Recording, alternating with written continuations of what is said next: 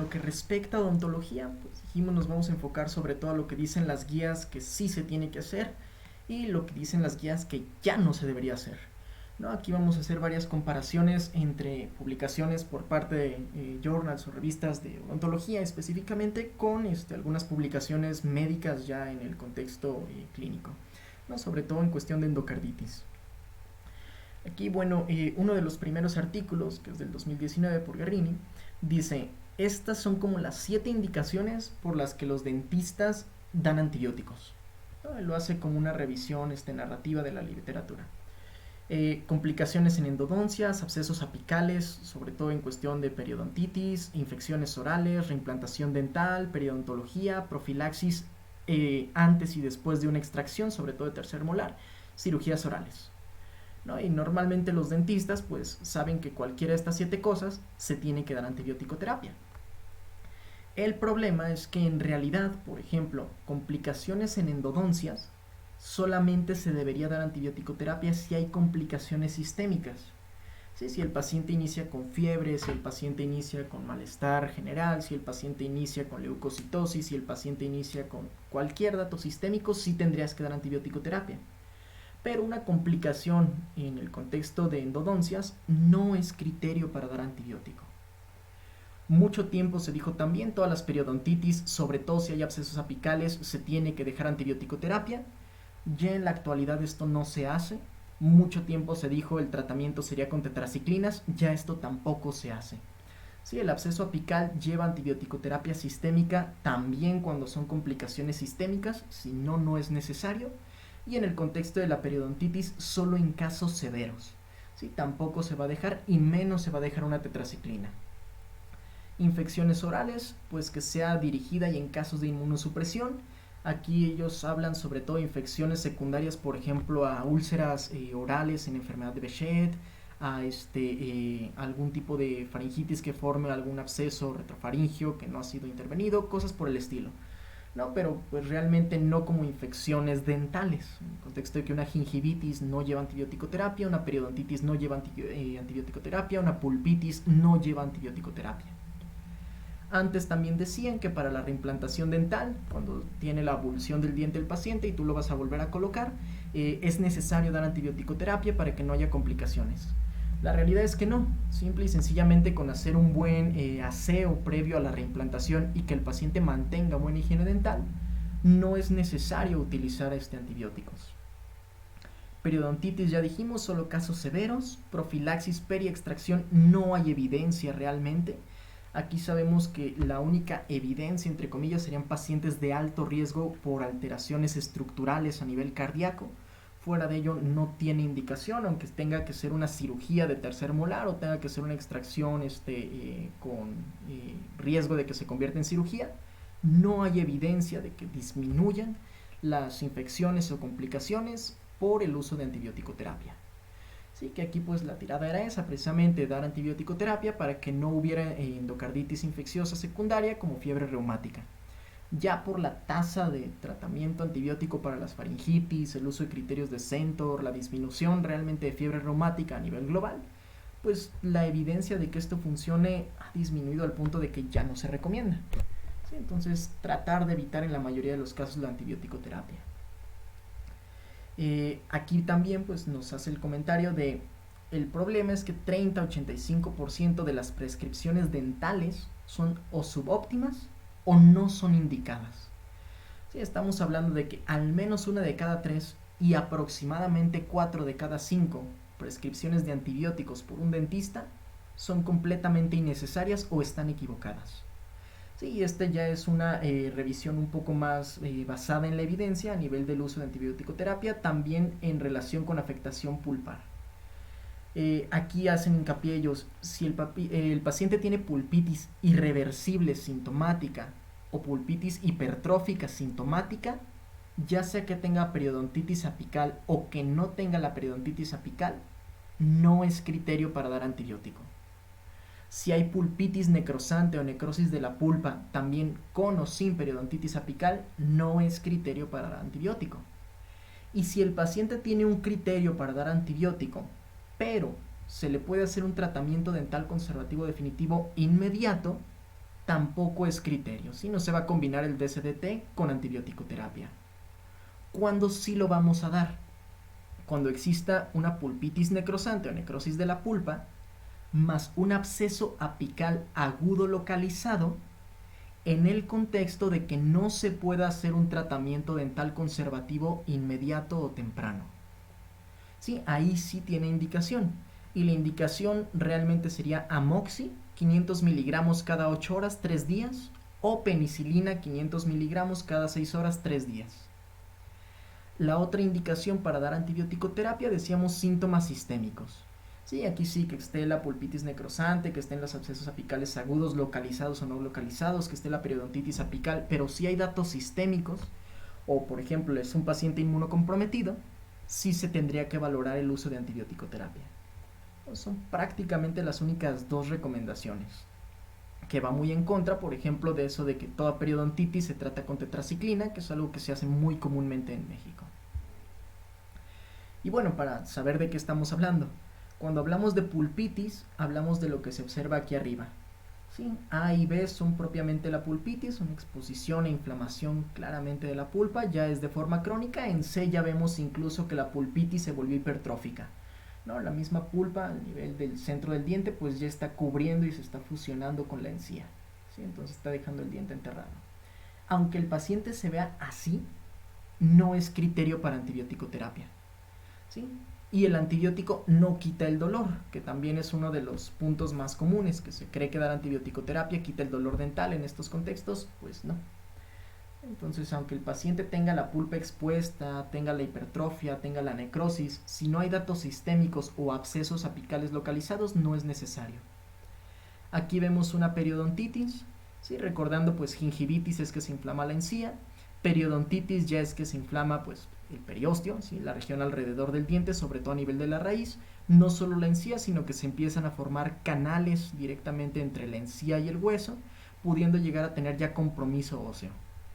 Una periodontitis tampoco es criterio de antibiótico terapia, ¿sí? Aunque sí es criterio para referirlo a valoración odontológica, si les llega en su consultorio, por ejemplo, un paciente con esto, para referirlo a un dentista para que le haga la limpieza y la curación adecuada.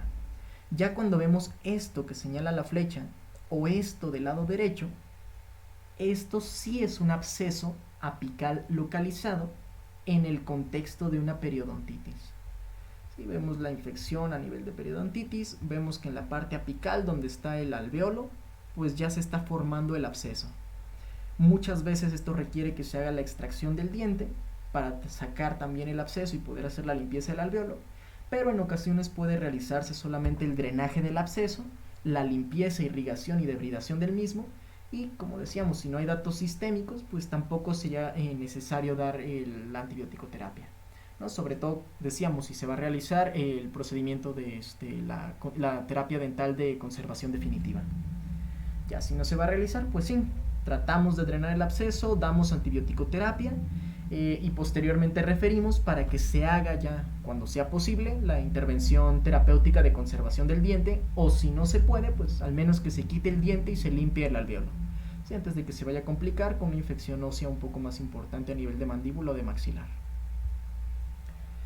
Y decíamos, aquí se divide pues las recomendaciones en dos: pacientes que no pueden acceder a la DSDT de forma inmediata y pacientes que sí. Aquellos pacientes que no, se valoran, ok, solo le duele. La pulpa como está vital, ¿sí? Ya sea que es irreversible, ya sea que es hipertrófica, ya sea que tiene o no tiene la periodontitis. Una pulpitis irreversible sintomática, con o sin periodontitis apical sintomática, no requiere antibiótico, ¿sí? Tú nada más lo vas a mandar a que le hagan la terapia dental conservativa. Que la pulpa está necrótica, pero no hay datos sistémicos, solamente es la necrosis pulpar con la periodontitis apical. Tampoco es necesario dar la antibiótico terapia. Simple y sencillamente lo referimos, que le den su tratamiento y que le vaya bien. Hay dolor, hay edema, hay necrosis de la pulpa, hay un absceso ya a nivel apical por la misma periodontitis, y hay afectación sistémica, o no hay afectación sistémica, pero decíamos este sería el caso que no pueda acceder de forma temprana a la terapia conservativa, damos la antibiótico-terapia y lo referimos para que se le realice la DCDT cuando sea posible. ¿Sí? ¿Qué antibiótico vamos a dar? ¿Okay? ¿Paciente es alérgico a la penicilina? No, ya dijimos. Amoxi 500 cada 8 horas, 3 días. No se puede, penicilina B 500 cada 6 horas, 3 días. Falla esto, pues ya podemos complementar, ¿no? Ya sea agregando un macrólido, ya sea agregando metronidazol. ¿Sí? Serían como las opciones. Incluso aquí se llega a referir de combinar amoxi con clavulanato, aunque esto no tiene tanta evidencia de que sea útil. Que mi paciente sí es alérgico a penicilinas, no le puedo dar ni penicilina B potásica ni amoxicilina, pero no tiene reacciones de alergia severa, ¿sí? No ha hecho anafilaxis, no ha hecho angiodema, no tiene urticaria, no tiene abones, no tiene nada de eso. ¿Okay? Le doy una cefalosporina, cefalexina igual, vía oral, 500 miligramos cada 6 horas, 3 días. Si tiene datos de alergia importante a la penicilina, ya sea reacción de hipersensibilidad o anafilaxis, okay, entonces ahí sí prefiero el macrólido. ¿Sí? Acitromicina 500 en el día 1 y 250 durante otros 4 días. O podemos dar clinda. Con la desventaja hay que recordar que la clinda pues se va a asociar sobre todo con el desarrollo de infección por Clostridioides difficile. Y pues si es un paciente pediátrico tenemos más riesgo de causarle alguna secuela secundaria A. Entonces lo ideal sí sería el macrólido. No funciona, ok, igual complementamos con metronidazol. Sí, aquí ya no hablamos del macrólido porque pues ya se utilizó.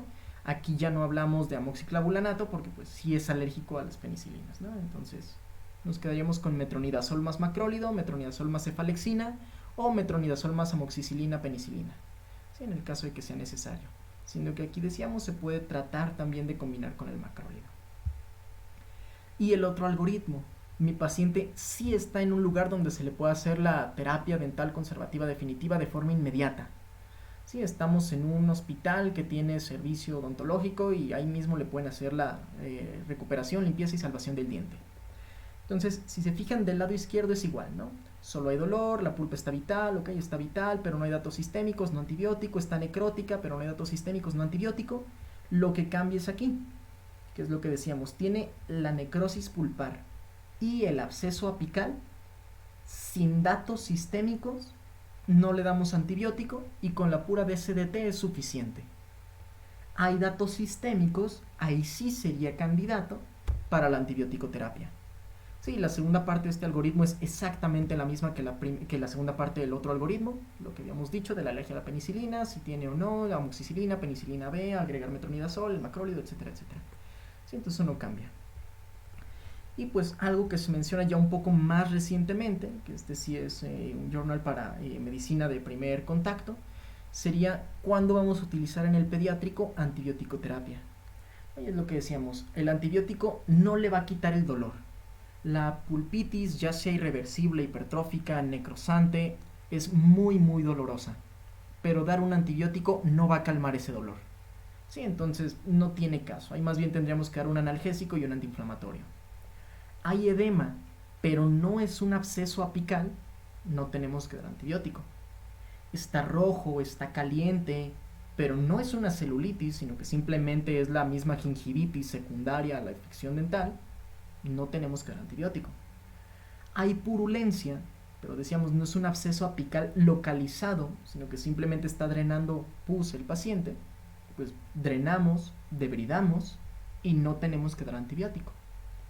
Absceso localizado, habíamos comentado, si no se puede hacer la DCDT, sí damos antibiótico, pero si está localizado y es periodontal, alveolar, o se puede hacer la DCDT, con la pura incisión y drenaje es suficiente. Y si ya tiene un tracto que está drenando, pues aquí lo ideal sería eliminar el foco de infección que esté causando el drenaje y el mismo tracto va a cerrar por sí solo. ¿Sí? Puede hacerse un abordaje quirúrgico para quitarlo y que el tejido cicatrice de forma adecuada, pero normalmente cicatriza solo, ¿sí? Cierra solo el tracto. Cuando sí damos antibiótico en pediatría, ¿okay? La pirexia que dura más de 24 horas en el sentido de una respuesta ya sistémica, síntomas sistémicos, decíamos malestar, fatiga, debilidad, mareo, taquipnea, taquicardia, hipotensión, linfadenopatías, sobre todo a nivel cervical anterior, sepsis, etcétera, etcétera. ¿Sí? que el paciente tenga un trismus que está afectando ya en los espacios perimandibulares y puede provocar que sea una diseminación o una extensión secundaria y es potencialmente peligroso. Pues ahí sí tendríamos que darlo.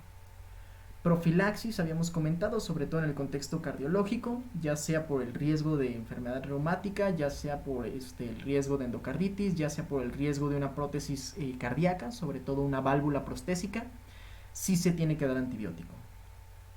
Y pues pacientes inmunocomprometidos en general, ¿no? Ya sea receptores de trasplante que van a estar inmunocomprometidos por el tratamiento, o ya sea inmunocomprometidos por la enfermedad, VIH, cáncer, que usa corticosteroides, enfermedades autoinmunes, neutropenia cíclica, pancitopenias, leucemias, linfomas, etcétera, etcétera. ¿Sí? Entonces aquí menciona diabetes descontrolada, pero pues en pediatría sabemos que no es común ver una diabetes descontrolada, sería una diabetes tipo 1 no diagnosticada o maltratada, pero pues es más común que el adulto sea el que está descontrolado, ¿no? Entonces aquí casi no aplica este criterio. Y pues decíamos, paciente tiene la pulpitis irreversible, no necesita antibiótico aunque tenga dolor, aunque tenga inflamación, aunque tenga supuración, aunque tenga bla bla bla. Sí, si no hay datos sistémicos no es necesario. Tiene necrosis pulpar, no es necesario. Tiene periodontitis apical, ya sea aguda o crónica, no es necesario. Tiene un absceso apical sin datos de afectación sistémica, no es necesario. Cuando sí es necesario, habíamos dicho el absceso apical con afectación sistémica o que no se pueda realizar la terapia conservatoria, que ya exista celulitis, es decir, una diseminación a tejidos secundarios u osteomielitis, ¿sí? Ya sea pues a nivel de la mandíbula, a nivel del maxilar, en el caso de la celulitis pues sobre todo a nivel de la mejilla, que el paciente tenga una gingivitis ulcerativa necrotizante de forma aguda, con olor fétido, dolor continuo y manifestaciones sistémicas, o que tenga una periodontitis agresiva. Que hay que recordar, la periodontitis la vamos a reconocer porque hay una pérdida del enamel, no solamente es la deposición del sarro, es lo que les comentaba de los espacios que se van a formar entre la encía y directamente el espacio dental o la raíz dental, y pues la afectación en el tejido alveolar, en la porción alveolar, ¿no? Sobre todo a nivel de tejido blando. Entonces aquí sí se puede llegar a considerar, aunque no es necesario en el contexto de la reimplantación del diente. Sí, más bien es necesario en el contexto de la periodontitis agresiva, sobre todo cuando tiene datos de severidad. Y pues ya nada más para terminar, ya dejando de lado las patologías ahora sí propiamente dentales u odontológicas, ¿cuándo se va a utilizar profilaxis en el contexto de una cirugía o una extracción dental? Pues habíamos comentado cuando el paciente tenga datos de riesgo. Número 1, ¿cuáles son los procedimientos invasivos? Sí, porque realmente no todo procedimiento dental va a ser invasivo.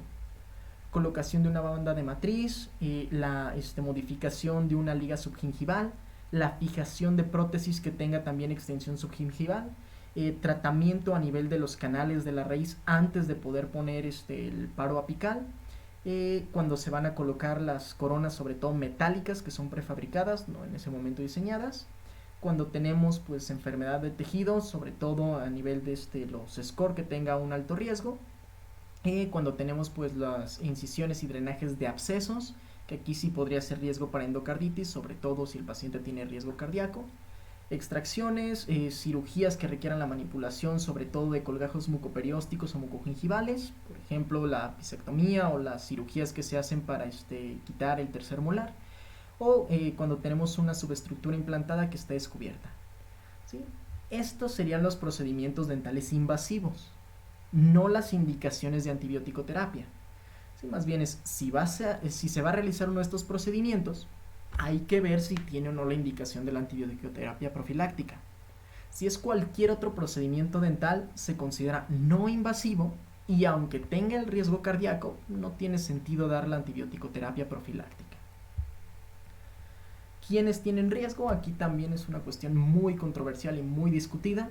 Por ejemplo, se habla de que por parte de la NICE, Reino Unido, hizo estas modificaciones en sus guías, pero desde que se hicieron las modificaciones prácticamente se duplicaron los casos que había de endocarditis infecciosa, ¿no? Entonces no se sabe si fue por los cambios en las guías, si fue por los cambios en epidemiología. Ya vimos en endocarditis que ahora no es streptoviridans, es Staph aureus, etcétera, etcétera.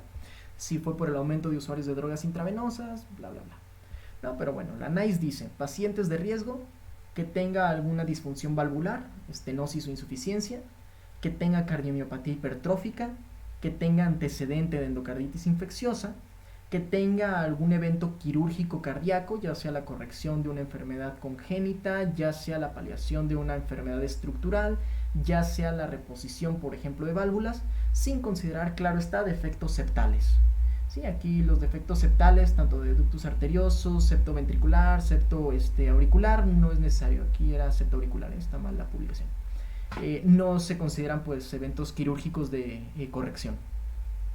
Y pues decíamos cuando se hace también la restauración de una válvula, ya sea para colocar la válvula nativa en otra posición o tratar de rescatarla, o cuando se hace la colocación de la válvula prostética. Entonces estas serían los pacientes que, si se va a realizar la intervención invasiva, sí requieren antibiótico-terapia profiláctica. Por otro lado, las guías europeas de la Sociedad de Cardiología y las guías escocesas pues dicen grupos de consideración especial, sí, que tenga una válvula prostésica, que se haya realizado alguna modificación valvular, por ejemplo transcatéter o reparación valvular con cualquier material prostésico, antecedente también de endocarditis infecciosa, defectos congénitos, ya sea cianóticos de cualquier tipo, o de los no cianóticos que estén reparados, aquí se incluye con material prostético. Sí, entonces ellos consideran también pues que si es una alteración, por ejemplo, interventricular, interauricular o de conductos arterioso y hay colocación de material prostético, sí se debe realizar también la cobertura.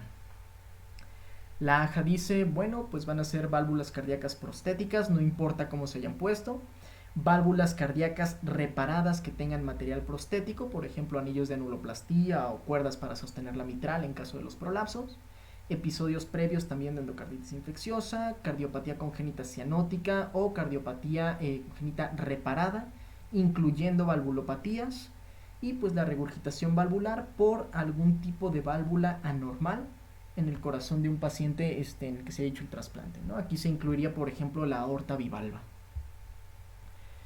Y pues la más actual, que sería la belga, nos dice, bueno, cualquier válvula que haya sido reparada, igual con material prostético, válvulas prostéticas, antecedente de endocarditis infecciosa, patología cardíaca congénita cianótica con efectos residuales, cualquier congénita que haya sido utilizado en material prostético, o que exista todavía la persistencia o defecto residual en el sitio de cualquier aplicación de material prostético o dispositivo de cirugía cardíaca o técnica percutánea. Esto ya podría incluir incluso los stents. Entonces básicamente son diferentes los criterios. Vemos que la mayoría coincide en el antecedente de la endocarditis y pues claro está en alteraciones estructurales, tanto valvulares como directamente de otra índole, tanto a nivel congénito como alteraciones o reparaciones que se hayan hecho durante la vida adulta. Y pues ellos sí refieren que en los pacientes de riesgo se tiene que realizar esta prevención. No, lo general sería amoxicilina, 2 gramos, 1 hora antes del evento invasivo, pediátrico 50 miligramos kilo, igual 1 hora antes del evento y ya. No puede tomar medicamento vía oral, ok, ampicilina ya sea intravenosa o intramuscular, igual 2 gramos o 50 miligramos kilo, pero 30 minutos porque pues si va a ser parenteral va a tener una mucho mejor, más bien una mucho más rápida distribución a tejidos. Alergia a penicilina, clinda, cefalosporina o macrólido. El paciente es alérgico a amoxicilina, penicilina, ampicilina y no puede tomar medicamento vía oral, pues clinda o cefazolina, que serían parenterales, a diferencia de los macrólidos, por ejemplo, que serían vía oral. Sí, entonces estas son las recomendaciones europeas. Americanos, ¿qué dicen? Lo mismo. Amoxi, vía oral, 2 gramos, 30 a 60 minutos antes, monodosis. No puede tomar oral, igual, ampicilina, intravenosa o intramuscular, ellos agregan ceftriaxona o cefazolina como opción, pero también 30 a 60 minutos antes de que sea el evento quirúrgico. La Sociedad Europea de Endodontología, que ya no sería la misma de la de cardiología, nos dice paciente con alergia a penicilinas, pues tenemos que dar cefalexina, clindamicina o macrolida. Paciente con alergia y que no puede tomar vía oral, igual, cefazolina, ceftriaxona o clindamicina. Quitamos el macrólido porque esos son vía oral. Entonces nos quedamos con la aplicación parenteral. Misma situación, 30 a 60 minutos antes de la intervención quirúrgica. La guía escocesa misma situación, amoxi, vía oral, ellos incrementan la dosis del adulto a 3 gramos, el niño la mantiene igual, 50 miligramos kilo, una hora antes. Alergia, aquí nada más mencionan Clinda, no mencionan las cefalosporinas. Alergia y no puede tomar, sí mencionan que se puede dar una suspensión del macrólido. Bueno, esta sí sería la única diferencia, que si no puede tragar, se le puede dar en líquido o en suspensión el macrólido. Ya todo lo demás pues es lo mismo, ¿no? Si va a ser intravenoso puede ser amoxicilina, ellos sí tienen todavía IV, por eso no recomiendan ampicilina. Y pues si no puede y es alérgico a las penicilinas, dar la clindamicina. Los belgas, misma situación, amoxi o ampi, dependiendo si puede o no tolerar vía oral, es alérgico, clinda. Entonces vemos que la recomendación no es muy diferente, que realmente no necesitamos amoxicilina clavulanato durante 2 semanas después de que se hizo la cirugía del tercer molar. En realidad, con una dosis antes del procedimiento invasivo es más que suficiente como profiláctico, aún en los pacientes de riesgo cardíaco. Sí, si no hay riesgo cardíaco, no tiene sentido que el paciente tome alguna profilaxis peri intervención invasiva. ¿Sí? Entonces,